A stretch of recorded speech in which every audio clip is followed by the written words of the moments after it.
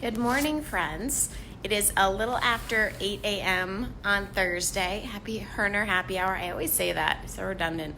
It's Hoerner happy hour, a happy one.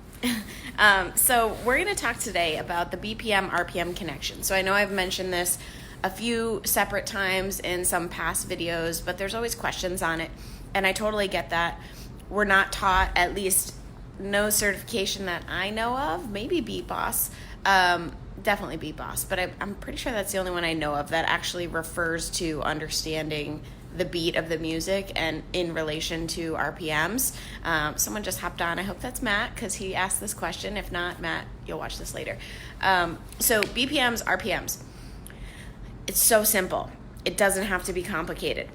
If you are a studio who does not have monitors, BPMs, beats per minute, are super valuable for you. You really want to ride to the beat of the music because it will help you find the pace that you want to show that your riders should be at. So, for example, if I'm doing a super heavy hill, I'm going to find a song with a lower BPM range, or I take the half beat.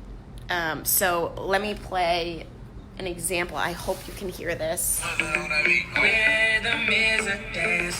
So this is the beat of the music that my feet are going to go at. It's about 50 BPMs, or you could make it 100 if you wanted to do something faster with it, but 50 would be a good heavy hill. So I would take them on like hill jumps or do something with that music, but that's the beat that I would use. So I would be steady on that cadence the whole time. That would be my RPM. Now I could also take that song and go at 100 RPM and do something totally different with it. But having that back beat helps me teach. It helps them see where they're supposed to be, especially if you don't have those monitors. And listen, even if you do, you don't want people staring at the monitors the whole time. We don't have them, and I absolutely love not having them sometimes. Sometimes I hate it because I want to teach power, but sometimes I love it because it keeps them the riders so engaged with me. They're only looking at me. They're not looking anywhere else. They don't have anything on their screens, or they don't even have screens. So we're all together. It's one team, one unit. So I even encourage you, even if you do have monitors, maybe once in a while, do a class where people are covering them up and they're just riding and they're connecting with you. Anyways, side note. So guys, as you hop on, if you have questions about BPM and RPM, because I've been doing it for so long, honestly, sometimes I just forget what I know and what I had to learn.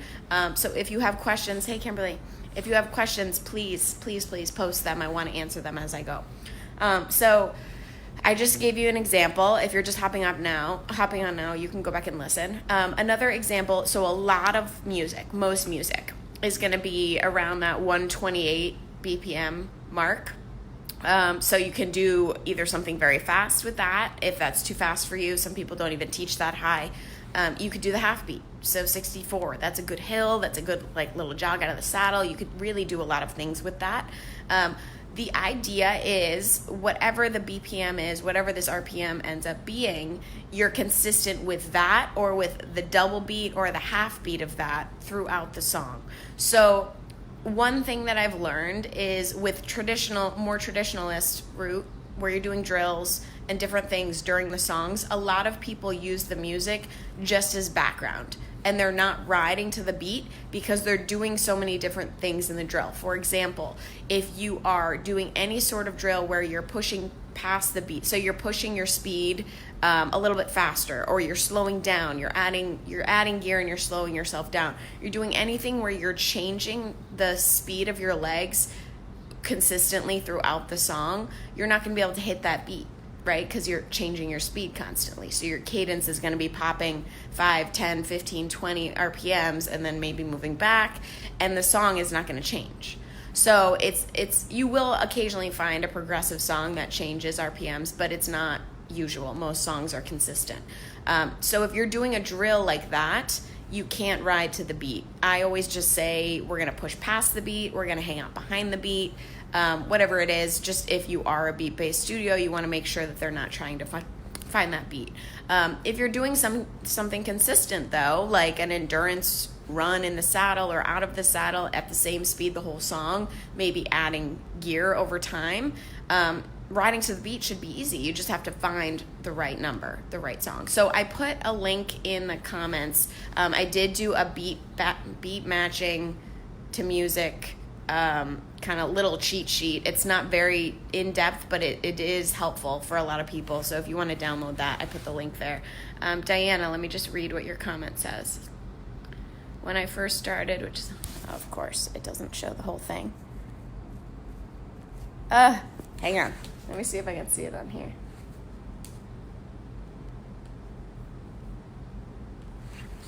Facebook loves to make it difficult for me. Okay, here we go. When I first started, which is a long time ago, we didn't have monitors. I teach with both, but I love teaching without. Rhythm writing has its own special connection. Totally agree. Totally agree. There's room for both, and I love both. I mean, we can do, it really is like a totally different experience to do a beat-based ride and to do monitor, power-focused, hardcore performance ride. They're just different. People have different preferences, riders have different preferences, but I think teaching both only makes you a better instructor as you learn different things. So thanks for that comment, Diana. If anybody else has any questions before I hop, I'm going to give you a minute. Pop them in the comments. Anything about teaching to the beat, finding the BPM RPM connection. I'm happy to discuss that more. I'm also happy to do like a screen share if that would be helpful. Show you how I look at songs. It might be a little tricky, but I'm really, whatever you guys, please don't hesitate, because I guarantee you if you have a question, somebody else in this group, probably more than one, has that same question. And this is how we learn. So please don't hesitate. And if I miss it, if you ask it and I didn't get to your question, I'll come back and check the comments, so don't worry about that. But just make sure you do ask, because I'm bringing back this Hoerner happy hour where I want it to be more interactive. I really want to hear from you guys more often, and I want to hear what your questions are, because that's what I want to address. So hopefully that was helpful for you guys. And again, you can download that guide.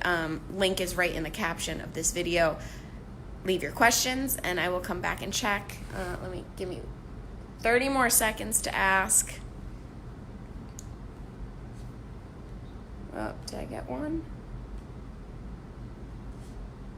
No. Okay. All right. Well, you guys are pros then.